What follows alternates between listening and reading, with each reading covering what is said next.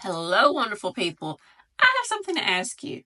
If your house is located in a flood zone, that means you're required to get the full flood insurance package, and that's the end of the story. Close the book.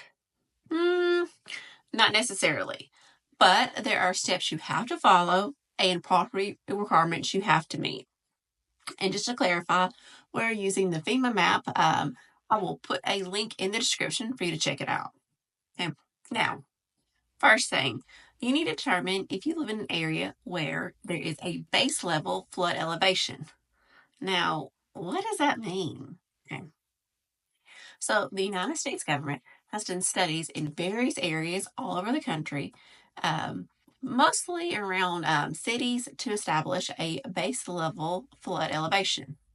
Unfortunately, the study hasn't been done everywhere, especially in more rural areas. Okay, and the reason for that, it wouldn't make financial sense because the population is not as dense in those areas. If you think about it, a farmer can own hundreds and hundreds of acres. Now, these studies can be very pricey, and it wouldn't make sense to do it just for one person. Now, you've established your property is in a flood zone according to the FEMA map, but it has a base level flood elevation.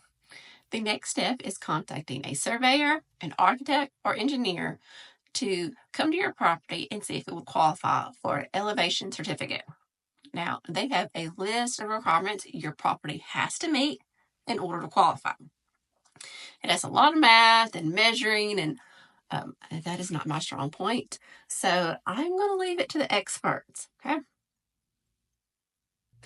After the professional comes to your property and takes different measurements and details about it, they'll compile all that information to determine if they can issue an elevation certificate.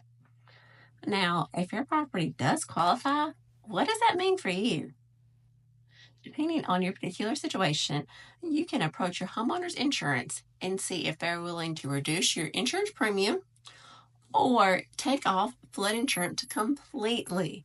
This can potentially save you thousands and thousands of dollars every year in insurance premium. Now, when you're speaking to the professional about obtaining your uh, elevation certificate, find someone you can trust and someone who'll be honest with you.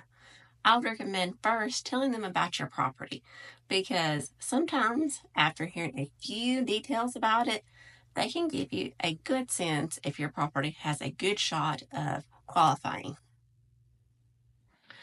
Also, if your property can't qualify because a corner of it is located in the flood zone and you own a substantial amount of land, you can look into dividing your property if your actual house isn't located near the flood zone. For example, if you own a property that's 10 acres and the back corner is in the flood zone, but your house is built near the top of the property.